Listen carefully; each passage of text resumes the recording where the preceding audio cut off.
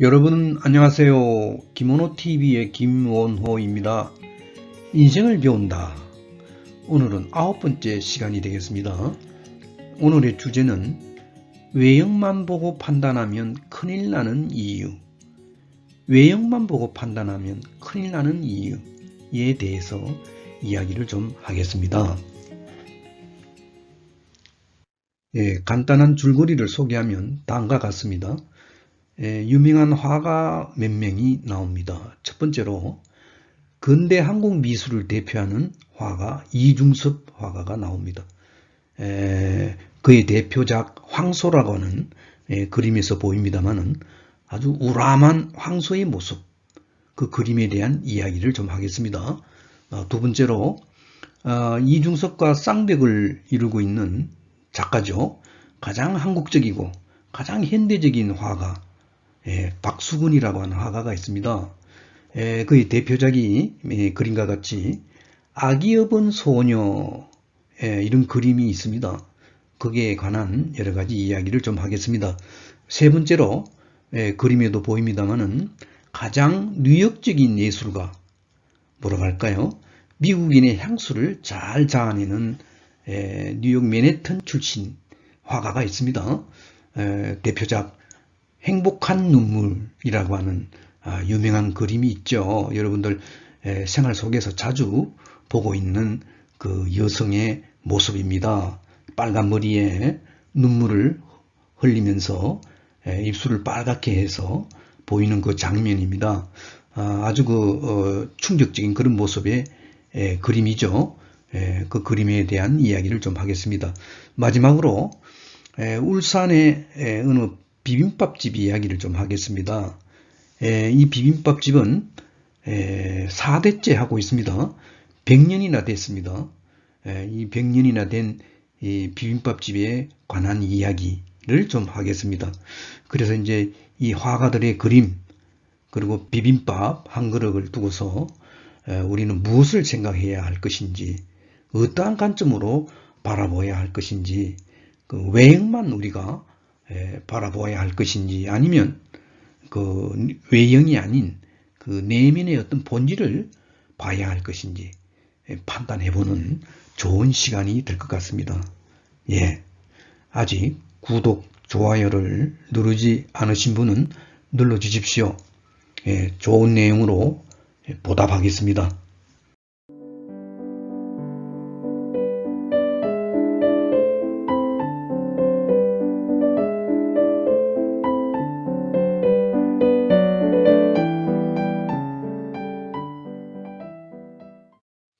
언젠가 송아지 한 마리 가격이 돼지고기 삼겹살 1인분 값에 지나지 않았던 그런 적이 있었죠. 슬픈 원앙 소리가 온 천지에 메아리 쳤던 적이 있었잖아요. 뿐만 아니라 소고기 광우병 사태, 수입 소고기입니다. 한동안 굉장히 세상이 시끄러웠던 적이 있었습니다. 조사를 해보니까 식품 건강에는 문제가 없다고 이렇게 했잖아요. 그때는 굉장히 좀 가격이 쌌는데 최근에 우리 딸아이가 누구로부터 선물을 받은 소고기가 있었습니다. 육고기요. 그림과 같이요. 살치살에 소고기 안심, 이걸 한번 구워서 먹었던 일이 있습니다. 오래간만에 먹었던 일이 있습니다. 요즘 말로 좀 장난 아니게 엄청 맛이 있었어요. 그래서 아마 소고기 값이 최근에는 이렇게 맛이 있어서 그런지 굉장히 가격이 비싸잖아요. 송아지 이야기, 소 이야기가 나왔으니까요. 그림 황소에 대한 이야기를 좀 하겠습니다. 서양 화가 이중섭이 그린 황소의 그림입니다. 그는 근대 한국 미술을 대표하는 서양 화가죠. 원래 이북의 그 평안남도 평안이라고 하는 곳에서 태어났습니다. 부유한 농가에서 태어났는데 18살 때까지 아마 시골에서 있었다고 합니다. 그 시골에 있는 그 들판에 그 소를 유난히 관찰하기를 좋아했고요. 그래서 그 그림을 그 스케치하기를 굉장히 좋아했다고 합니다. 그래서 아마 뭐 일제시대 때니까요. 뭐 일본에 유학을 가서 그림을 공부하게 됩니다. 그래서 이제 일본에서 그림을 공부하다가 후배 일본인 여성 야마모토라고 하는 일본인 여성하고 결혼을 하게 되죠. 그래서 이제 한국에 귀국을 해서 신혼생활을 하면서 아기를 둘을 놓고 아들 둘을 낳습니다. 그렇게 해서 살고 있는데 6.25 전란을 맞게 됩니다. 그래서 남쪽으로 피난을 가서 여러 곳을 전전하면서 뭐 통영이라든가 뭐 서귀포 제주도 서귀포라든가 뭐 저 뭡니까 부산 이렇게 해서 이제 피난살이를 여러 군데를 하게 됩니다. 여러 가지 생활이 궁핍하다 보니까 아들 둘하고 아내를 일본에 보내기로 합니다. 그래서 이제 기러기 아빠 신세가 되는 거죠. 그래서 몇 년 동안을 자식을 보지 못하고 아내를 보지 못한 채로 40살에 생을 마감하게 됩니다. 그래서 아마 그동안 유명한 작품 황소를 그리고 또 여러 가지 작품을 남기게 됩니다. 그 중에 대표작 황소가 엄청난 수작으로 인정받게 됩니다. 그 그림을 자세히 보면 뭐 그림에도 보입니다만은 아주 강렬합니다. 그죠? 이중섭이가 그 소의 외침을 강하게 표현하기 위해서 많은 그 소의 얼굴에다가 주름을 그려 넣었다고 합니다. 유달리 그렇게 많이 넣었다고 합니다. 그래서 이제 코라든가 입이라든가 여기에 이제 색깔을 아주 강렬한 붉은색으로 이렇게 칠을 했고요.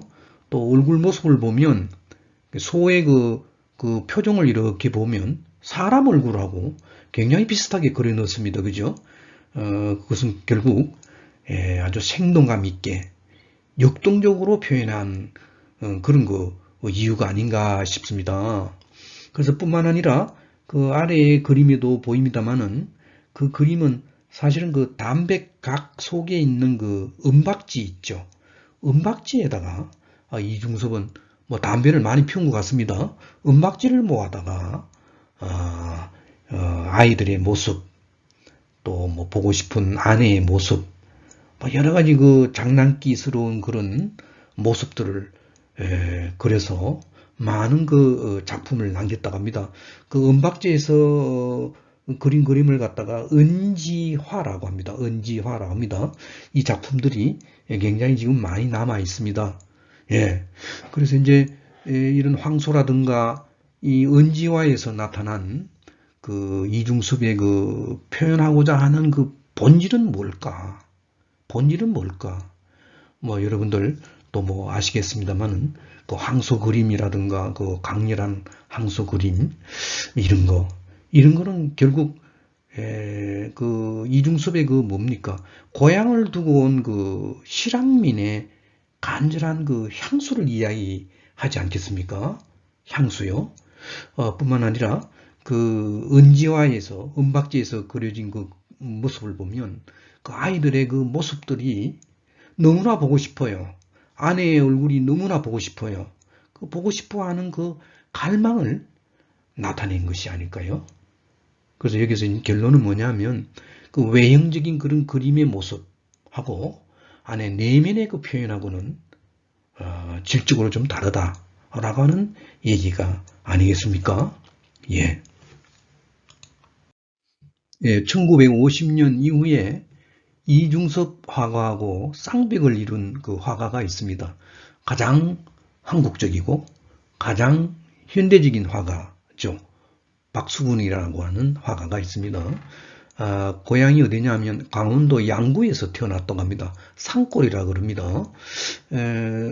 주로 이제 그 화가는 그림의 그 소재를 아무래도 그 생활 속에서 찾았다고 합니다.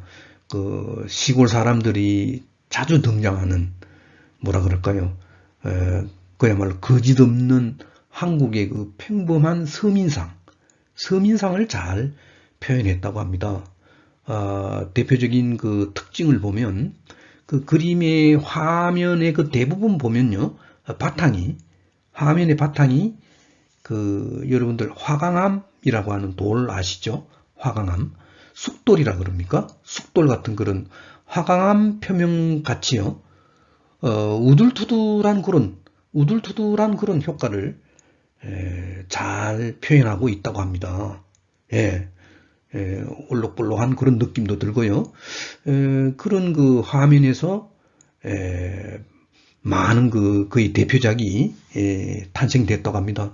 뭐 대표적으로 아기여분 소녀 그 그림에도 나옵니다. 그죠? 아기여분 소녀 가장 유명하다고 합니다. 어떻게 보면 그냥 아기를 업고 있는 그런 모습도 유명하지만요. 머리를 보면 머리의 형태가 소위 뭐라 그럽니까? 바가지 머리라 그럽니까? 바가지 머리를 한 그림들이 유난히 많이 있습니다. 그러니까 시골 소녀의 모습이죠. 그런 것들이 특징으로 이야기할 수가 있습니다. 박수근의 그 작품 중에 화면에도 나옵니다만 팔레터라고 하는 작품이 있습니다. 그 박수근의 그 본심은 물론 이제 서민의 삶을 갖다가 소재로 했지만 이름 없고 가난한 서민의 삶을 소재로 했지만 그야말로 그 본질의 그 내용은요 인간의 선함을 이야기하는 거죠. 인간의 선함 또 인간의 어떤 진실함을 갖다가 그리자고 하는 그런 느낌이 아니었나 이렇게 저는 생각합니다. 예. 이렇게 향토적이라 할까요? 향토성이 있는 화가는 머나먼 이국 땅 미국에서도 찾아볼 수가 있을 것 같습니다. 가장 뉴욕적이고 가장 뉴욕을 대표하는 예술가입니다. 미국인의 향수를 잘 자아내는 뉴욕 맨해튼 출신, 이름이 조금 어렵습니다. 로이 리텐슈타인이라고 하는 화가가 있습니다.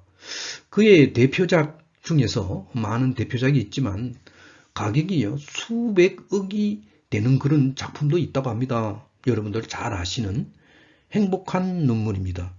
영어로 말하면 해피 티어스입니다. 그죠? 해피 티어스, 행복한 눈물입니다. 여러분들 일상생활에서 자주 보고 있는 그 멋진 그림이죠. 그래서 언젠가 국내 재벌이 회계 감사를 받으면서 세간의 뉴스거리가 되었던 적이 있잖아요. 화면을 잘 이렇게 보면 빨강 머리에다가 또 눈물을 흘리면서 또 웃고 있습니다. 울고 있지 않고 웃고 있는 그 모습. 거기다가 입술을 빨갛게 칠하고 반점 이렇게 벌리고 있어요. 그러면서 눈의 그 모습은 굉장히 좀 애처로운 눈빛을 하고 있죠. 그죠? 이런 그 여성 캐릭터가 들어간 어떻게 보면 좀 만화 같은 그런 느낌도 드는 작품이 되겠습니다. 그죠?